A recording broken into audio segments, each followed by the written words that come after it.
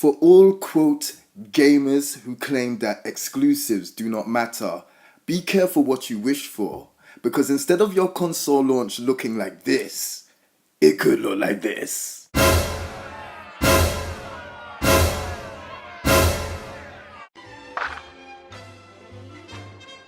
No, sir, I don't like it.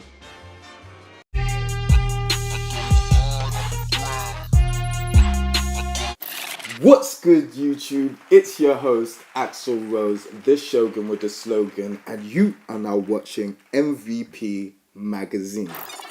Whether it's been mainstream media complaining about the abysmal performance of the online app, or just the general online hype, Splatoon 2 has been all over the news these past 2 weeks, and for good reason. Since the Nintendo Switch was released back in March, it's had an uncanny AKA, the Zelda machine. Well, thanks to Splatoon 2, those days are well and truly over. Because now, people, the Nintendo Switch shall be known as the mini multiplayer monster gadget. Now, without going over the whole lore of the franchise, Splatoon 2 is a refreshing take on the multiplayer shooter genre, where instead of filling your opponents with lead, you fill their turf with paint. And in typical Nintendo fashion, you will be controlling a colourful cast of characters while crushing enemy cohorts.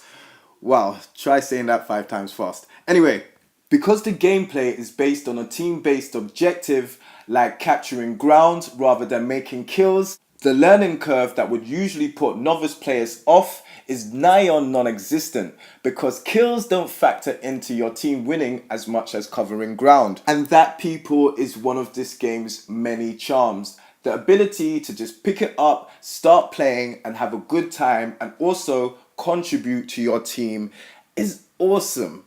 You don't have to be the major MLG legend like me to survive.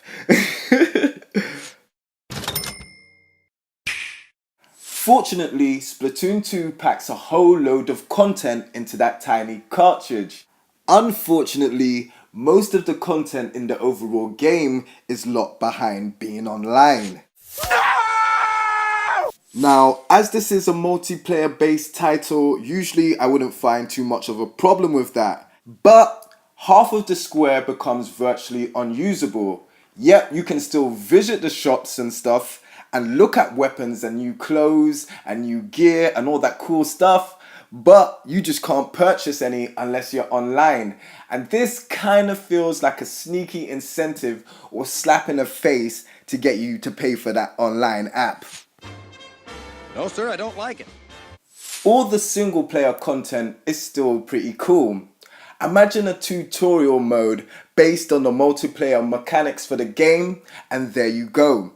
They've managed to turn the multiplayer mechanics into actual levels with bosses that will teach you how to beast and be a great player online. Basically, the single player teaches you all the skills you need to be 100% John Rambo badass and dominate online. So the game flow kind of goes single player, turf battle, get cash, get loot, turf battle, get cash, get loot. It's just awesome, and it gets really time consuming in a good way. But talking about the multiplayer, it's actually the core experience for this game. Not only are the mechanics and the act of turf battle just feel so good, you're actually going to spend most of your time going to get new gear, better weapons, and just have a fun time in the world. Just like other shooters, you will jump into online lobbies and do battle to earn gear and XP, which becomes very addictive. The cash earned in online battles can be used to buy a load of goodies offline, including gear and clothing. You can even level up your gear and clothing to earn extra abilities like invulnerability or moving faster or more ammo. You can even remove specific abilities and attributes from gear you don't like and affix it to gear you do, combining to make the ultimate, most magnificent gear setup anyone has ever seen, and will definitely be more than meets the eye. Add in ranked battle, private battle, and it still doesn't stop there for online gameplay. No. Introducing the Gears of War like Horde mode, Salmon Run. And instead of just ripping off Gears of War and having a mode which is kind of like Horde mode but not Horde mode, no. Splatoon goes the whole hog and adds that Nintendo charm, which makes this a mode that stands out on its own. I definitely have to take my hat off and salute Nintendo. For being a company that was far behind in the multiplayer race, they definitely stepped it up with a solid multiplayer title, which is actually worthy of kind of purchasing that online pass for. The only real drawback I see currently about multiplayer is that there is no couch co-op options. And for a company as big on couch co-op as Nintendo, this is a little sorry to see. After multiplayer hits like Mario Kart 8 Deluxe and ARMS, you would definitely expect Splatoon 2 to follow in suit with that couch co-op. And it's just a little bit upsetting that it doesn't. But the game is still awesome and still worth being played.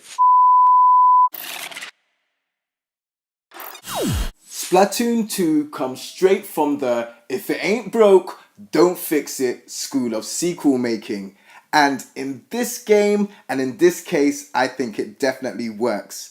A lot of the people, like myself, I'll admit it, we were absent for the first time Splatoon came to class. So being able to kind of pick it up and still have a kind of experience that's similar to the initial one is awesome. And nearly everything that's new that Nintendo brought to the table seems to be on a winning formula. So yeah, as I can say, I am feeling a strong 4, maybe even 4.5 on this game. The omission of couch co-op really is what holds it back from being a 5. But if you have a Nintendo Switch, this is definitely a must buy. So yeah, get out and get on that. Just like to give a shout outs to everybody that's been rocking with the channel, all my subs, everyone that's been giving the likes.